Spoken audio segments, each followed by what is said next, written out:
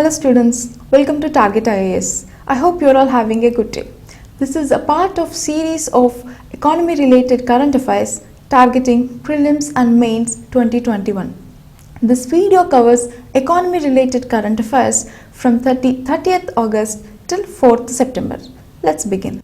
This article discusses the differential interest rates levied upon different corporates by banks based on the credit rating agencies. Now, what is a corporate credit rating?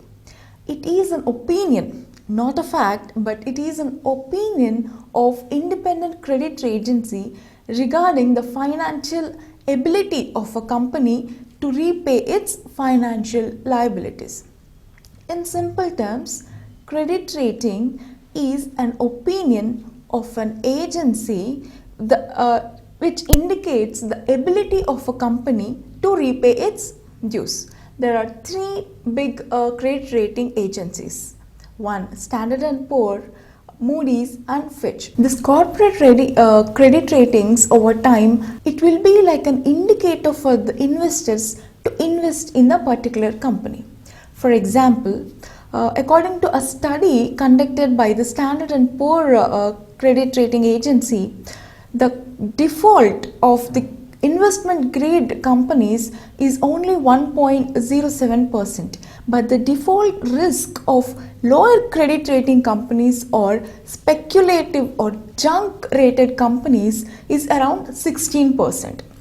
These credit rating agencies divides companies or give the gradings to companies, the highest being AAA, and it will come down further. So the companies which have the highest credit rating will be called or called investment grade companies, and the companies or corporates with lower credit ratings are called speculative or junk rated companies. So whether a financial institution or any investor, they will be willing to invest in investment grade companies rather than on speculative or junk rated company. But the criticism, the basic criticism behind this credit ratings is the companies itself pay these credit rating agencies to assess their company.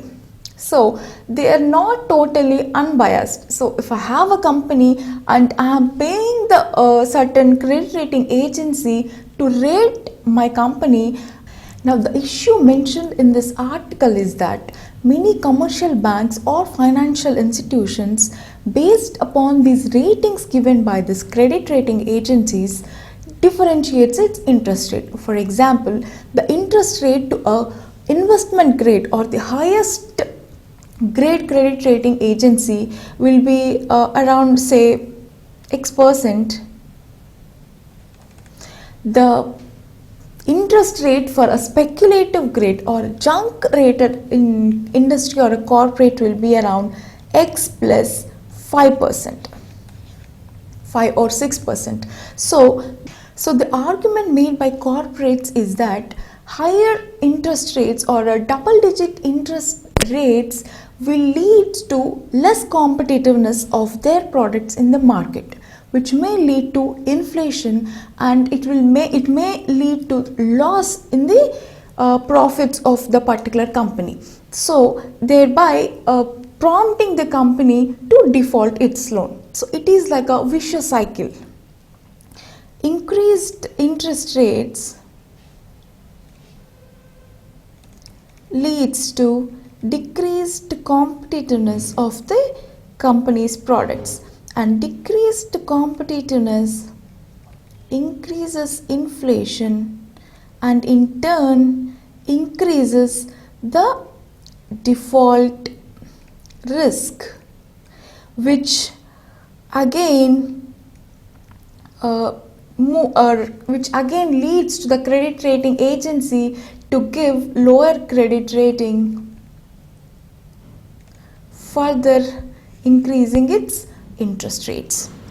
Now, the argument made by the corporates is that banks already takes collateral to give loan. So when it is already taking collateral, there is no point in levying higher interest rates. But the argument made by the banks is that it is a classic example of linking risk with returns. A borrower whose credit profile is weaker is more risky from a default perspective, and to compensate for that, the lender charges a higher interest. So the banks basically feel that if particular company A is not credit worthy and it is at the risk of default, then it is an obvious choice for the bank to increase its interest rates to balance out the default risk. The another point is that startups do not have a track record. So without any track record, they are prone to get lower credit rating agencies. So with the lower credit rating, the interest rate will be higher for the startups. This is one other issue discussed in this article. This article discusses the contraction in GDP in the first quarter of the current financial year. Now, GDP growth is measured on a quarter to quarter basis. There are 4 quarters in a financial year. So, the economic growth or growth in GDP of this particular quarter, let's say quarter 1 in the current financial year, is always compared to the quarter 1 of the previous financial year. So India started measuring or calculating this quarter on quarter basis from the year 1996. And as we all know, National Statistics Office measures the GDP in the country. Now, there are 3 methods of GDP calculation: production method, income method, and expenditure method. Now the income method is not used by the NSO, but production method and expenditure method are used.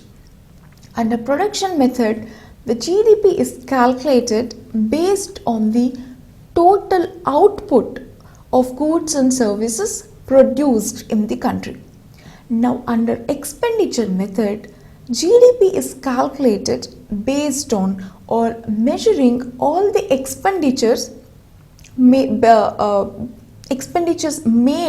on goods and services produced in the country. So production method is based on production of goods and services. Expenditure method is based on the expenditure of goods and services. Now it also includes exports and imports. Under expenditure method, the value of exports is added and the value of imports is subtracted. So it is exports minus imports or imports minus exports. So the net export value is added under expenditure method. This article here discusses or states that the fall in GDP in the first quarter of the current fiscal year is around 23.9%, which is the highest recorded contraction of India in several decades. Also, India recorded highest contraction of GDP among top 20 economies in the world. Now, if you see this illustration here, the expenditure by individual consumers contracted by 27%, and expenditure by private businesses is contracted by 47%. Notice here carefully, the expenditure by government, however, increases by 16%. Now, because of the pandemic, there was a slowdown in the economy. In order to pump money into the economy, government increased its expenditure, thereby then showing the percentage change as more. So government's expenditure is increased when compared to the previous quarter of the previous financial year. Now the important or the most interesting thing here is exports is also increased. So we did not see a contraction in the export value, we have seen an increase in the net export value.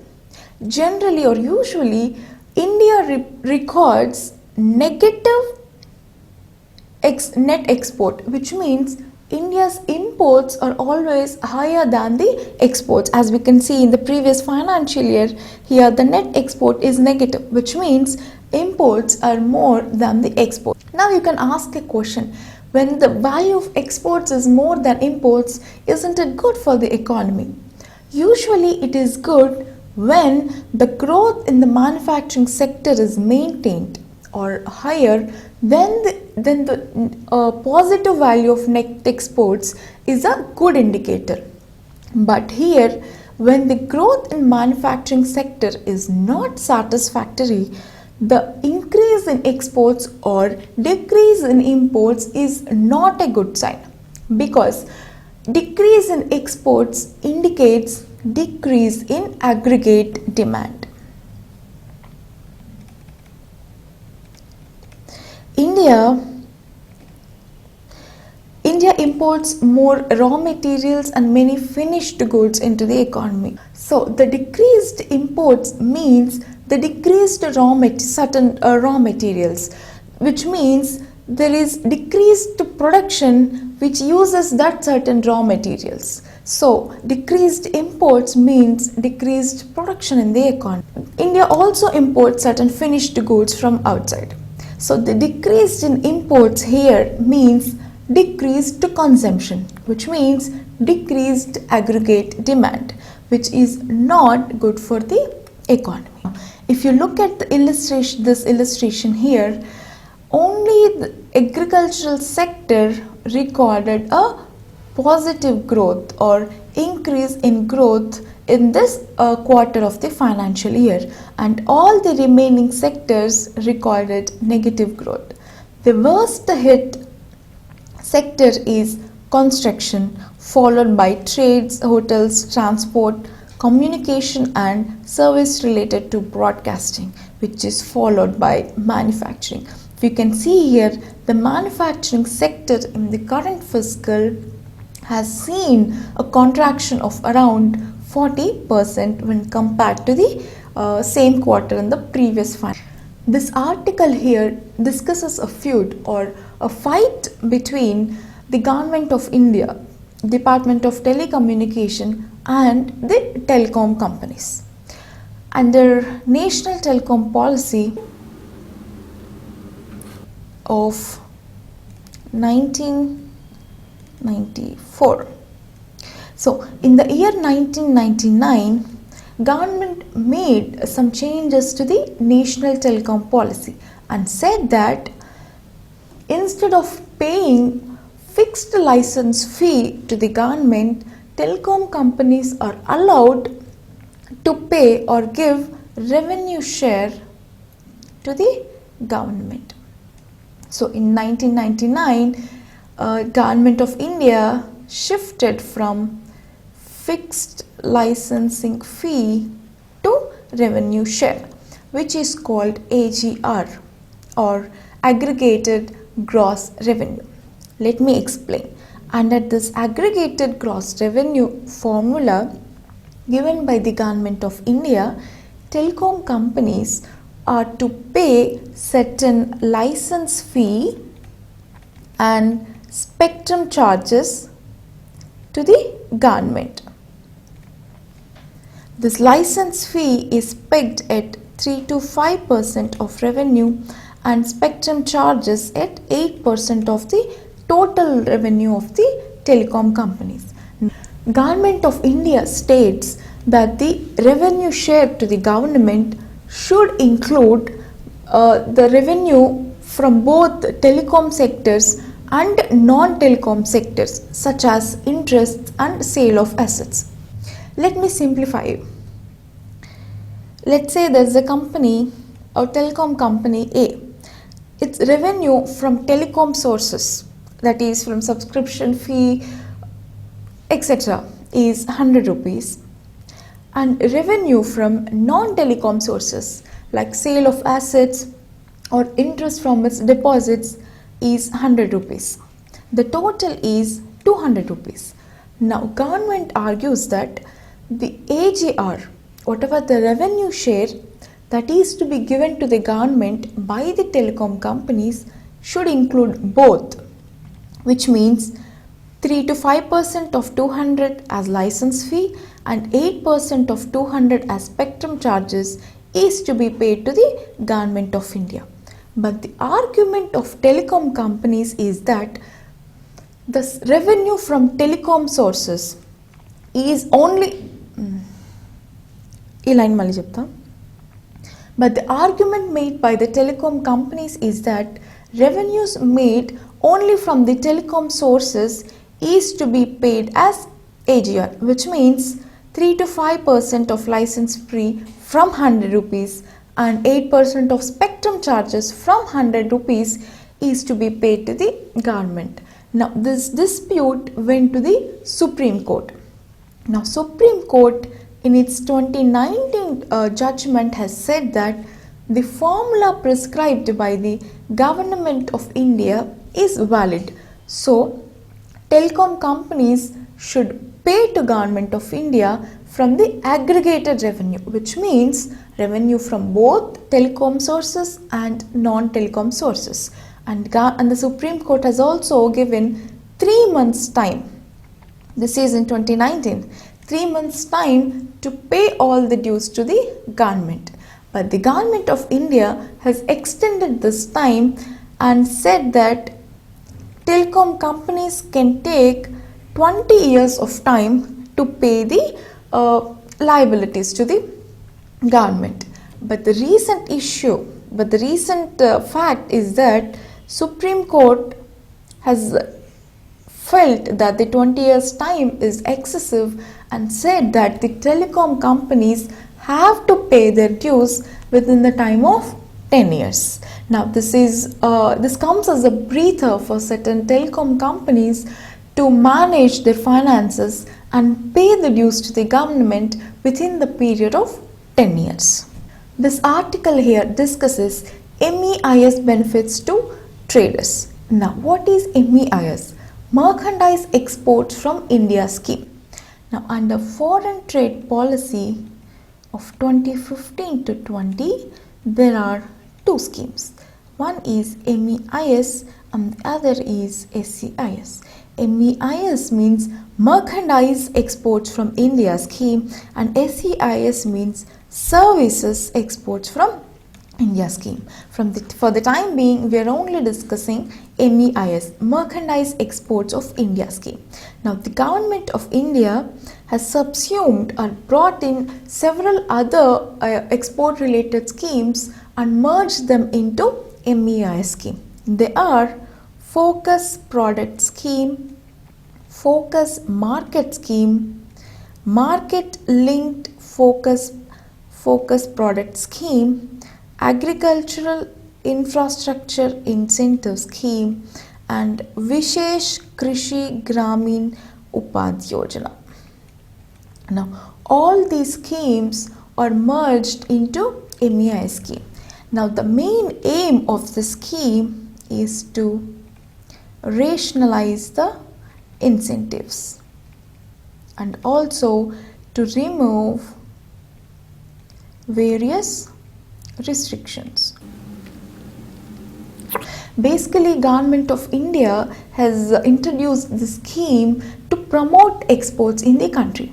So, in order to boost the exports, to increase the value of exports and to increase the number of jobs under this export transportation, the MEIS scheme is introduced by the government, and under this scheme certain rewards and incentives are to be given to exporters.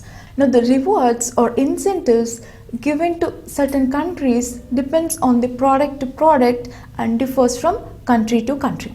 Now, there are certain categories like category A, B and C, and the category A includes countries like European Union, USA and Canada. Category B countries include certain emerging and focus markets like certain Latin American countries, African countries, South Korea, Japan, China, Taiwan, etc. And the other markets comes under category C.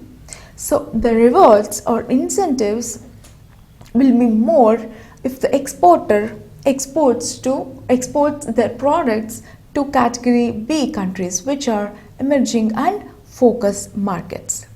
Now these rewards and incentives are given in the form of duty credit scrips.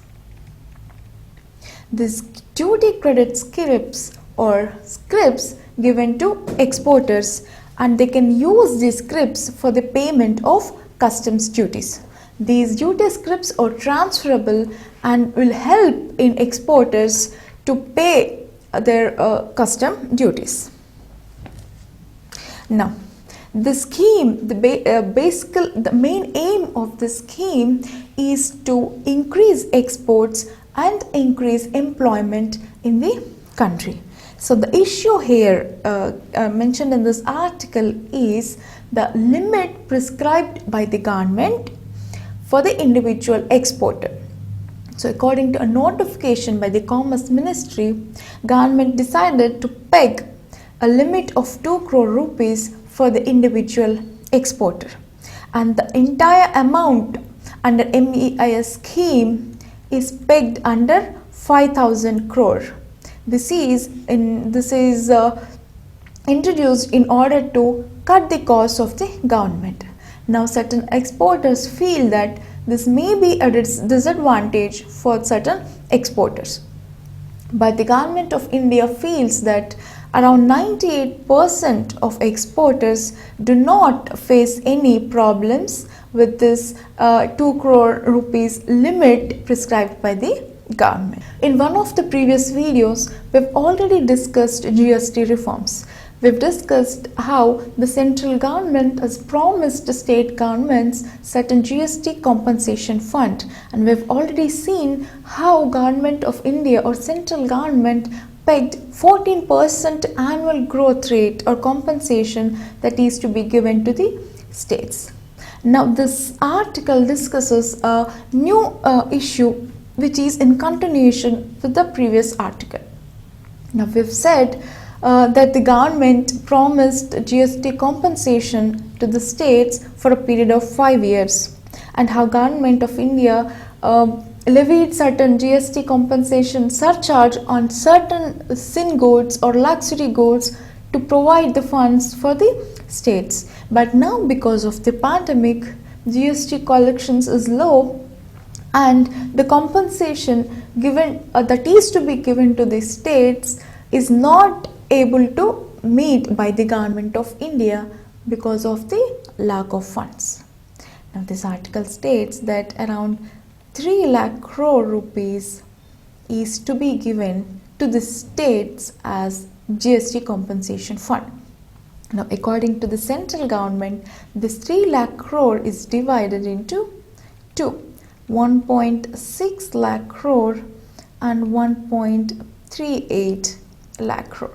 This 1.62 lakh crore shortfall in revenue is genuinely because of reduced GST collections, and this 1.3 lakh crore shortfall in revenue is because of act of God, which is said by the central government. Now this pandemic or corona pandemic, according to the central government, comes under act of God, and the revenue shortfall because of the pandemic, which is 1.38 lakhs, is or comes under act of God. So according to the central government, from this 1.62 lakh crore, around 65,000 crore is collected from GST compensation cess, and the remaining 97,000 crore is the actual deficit. This is statement made by the central government. Now government of India gave two options for the state. it said that it opened a special window under RBI, wherein states can borrow this 97,000 crore from the market. Now, the borrowed money, both principal and interest, will be paid by the center. Let me explain you again. The deficit of 97,000 crore according to the central government can be borrowed by the states from the market, and the borrowed money, both the principal and interest, will be paid by the center. Now the center gave another option to the states, under which 2.35 lakh crore can be borrowed by the states. Now this 2.35 lakh crore is 3 lakh crore minus 65,000 crore. The 65,000 crore is already collected as GST compensation says. So 3 lakhs minus 65,000 crore, which is 2.35 lakh crore. States can borrow this 2.35 lakh crores from market, but only principal amount of this 2.35 lakh crore will be paid by the center, and the remaining or the interest should be borne by the states. This is how central government said that states can fund this deficit of certain GST compensation fund. Now the issue here is, during the discussions of GST, this act of God was not mentioned. So basically, by doing this, central government is breaching the trust given to the states. So in its original promise, certain states feel that center is not able to keep its original promise, which said that GST compensation funds will be given to the states for the period of 5 years. Now this article here a solution is mentioned in this article for the current problem. Taking Australia as an example, the country of Australia, 10% GST is commonly applied to all goods and services. Now, taking this as an example, India can also adopt something like this. So, abolishing different slab rates, India can introduce a common 12% GST on all its goods and services. So, from this 12%, 10% can be equally divided between center and states, and the funds from the remaining 2% should be given to local bodies or tier 3 government, which makes these local bodies self-sufficient. So in addition to this 12% GST, as an additional surcharge can be levied upon certain polluting goods or sin goods, and the funds raised from this additional surcharge can be given to states as compensation. Now these are all the issues that is discussed under this. This article here mentions 3 measures by the RBI to ease financial difficulty in the market. Let us discuss the measures taken by the RBI. Now the first measure taken by the RBI is OMOs, or open market operations. Under this open market operations, RBI buys or sells government securities. Sale or purchase of government securities by the RBI is called open market operations. Now, when the economy is good, and when RBI feels that there is excess money in the economy, it sells its government securities, thereby taking the excess money from the market. When the RBI feels that the economy is facing liquidity crunch, it buys government securities from the market, thereby pumping money into the economy. So either RBI either buys government security or sells government securities in the market or from the market respectively. But this is the first time in Indian history when RBI is simultaneously both purchasing and selling government securities with the nickname Operation Twist. This Operation Twist was previously conducted in United States of America in 1990s to ease its financial conditions. Now India adopts the same strategy and is buying and selling government securities at the same time.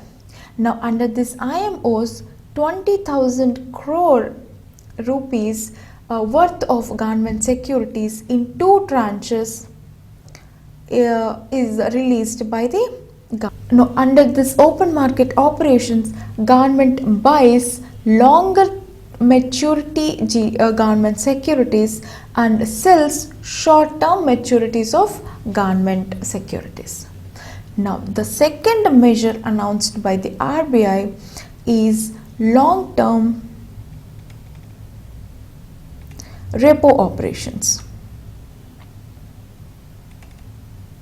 Under this LTRO, government asks banks to return the funds which the banks have taken at previous repo rate, and the RBI is asking banks to avail funds at the current repo rate, which is 4%. Let me explain.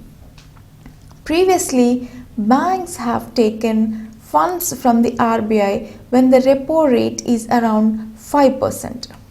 Now that repo rate is 4%, RBI states that or asks banks to return the funds which it has taken when the interest rate is 5% and take loans now with interest rate of 4%, thereby decreasing interest liability to the banks. Now, the third measure that is taken by the RBI is statutory liquidity ratio increase in SLR. Now, what is statutory liquidity ratio? Now, all banks have net time demand liabilities. What is statutory liquidity ratio?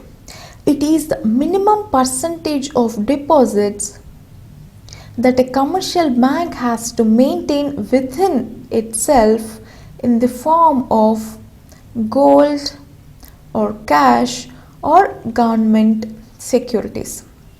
For example, let's say a bank's net demand time liabilities is 100 rupees.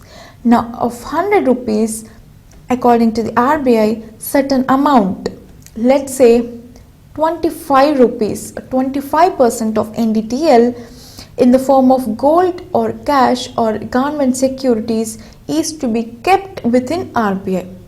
But currently banks hold 18% of NDTL within itself as SLR, which means 18 rupees is to be held by the banks and the remaining amount will be used by the banks to issue credits to the customer. Now, the measure taken by the RBI is it allows banks to increase its SLR ratio from 18% to 20%. Basically, banks keep government securities under SLRs because these SLRs in the form of government securities earns interest to the banks. So, under the new measure, banks can keep 22% of NDTL and in the form of government securities, which will help in banks to raise certain interest from the government securities, thereby easing the financial situation for the banks. This article here discusses the issue of anti-dumping duty on viscose staple fiber. Now, what is anti-dumping duty? It is a duty levied by the government of India on certain products coming from foreign shores. Now, when government feels that certain products are being dumped into the India at lower prices by the foreign countries, then government of India can impose certain anti-dumping duties to increase competitiveness. So, for example, country A sends or dumps its goods into India at a lower price, let's say for 10 rupees. The domestic market for this particular product increases because of the lower prices, thereby reducing competitiveness for the local products. So, government decides to impose anti-dumping duty on these certain products, thereby bringing up the cost of this product, let's say to 15 rupees. Then it will increase the competitiveness with the local or domestically made products. Now, the main intention of the anti-dumping duty is to save domestic jobs. The main intention of the anti-dumping duty is to save domestic jobs. However, in certain conditions, these increased anti-dumping duty can be a disadvantage to local manufacturers. Let's say India imports certain raw materials from this country A. When the anti-dumping duty is also levied on that particular raw material, it increases the cost of production for the local manufacturer, which comes out as a disadvantage rather than an advantage. Now, the issue here is viscose staple fiber, which is imported by India from China and Indonesia. The anti-dumping duty on this part, certain examples of products which are imposed anti-dumping duties are phenol, caustic soda, viscose staple fibers, sodium citrate and ciprofloxacin hydrochloride. The issue here is we import viscose staple fiber from countries like China and Indonesia. Now, the imposition of anti-dumping duty along with import duty on this particular viscose staple fiber increases its cost of procurement. So, the procurement of this particular fiber in the domestic market is 20 to 25 rupees more per kg than in international markets. Now, the increased anti-dumping duty and along with import duty on this particular viscose staple fiber increases the cost of manufacturing of the local manufacturer. Now that the demand for this particular fiber is increasing because of increased production or sale in women and children apparel, the increased cost of production acts as a disadvantage for the local manufacturer. This viscose staple fiber is an artificial cotton fiber which is made from wood pulp and cotton pulp. This is versatile and biodegradable and is used variously in home furnishings, home decors, garments, etc. This article discusses the World Bank's decision to halt its annual Ease of Doing Business report.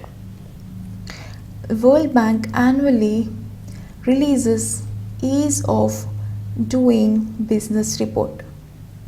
Now, due to certain problems arised from the calculation of this report, World Bank has decided to stop temporarily the release or the publication of this particular ranking, Ease of Doing Business ranking.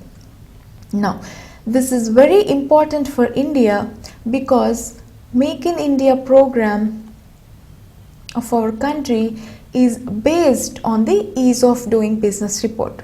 Now, with this Make in India program, India aims to increase its manufacturing sector's contribution to GDP of 25% with an increase in additional 100 million jobs in the country.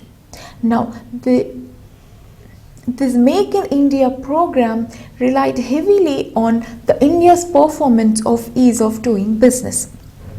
Now, four cases are discussed in this article: India, Chile, Russia, and China.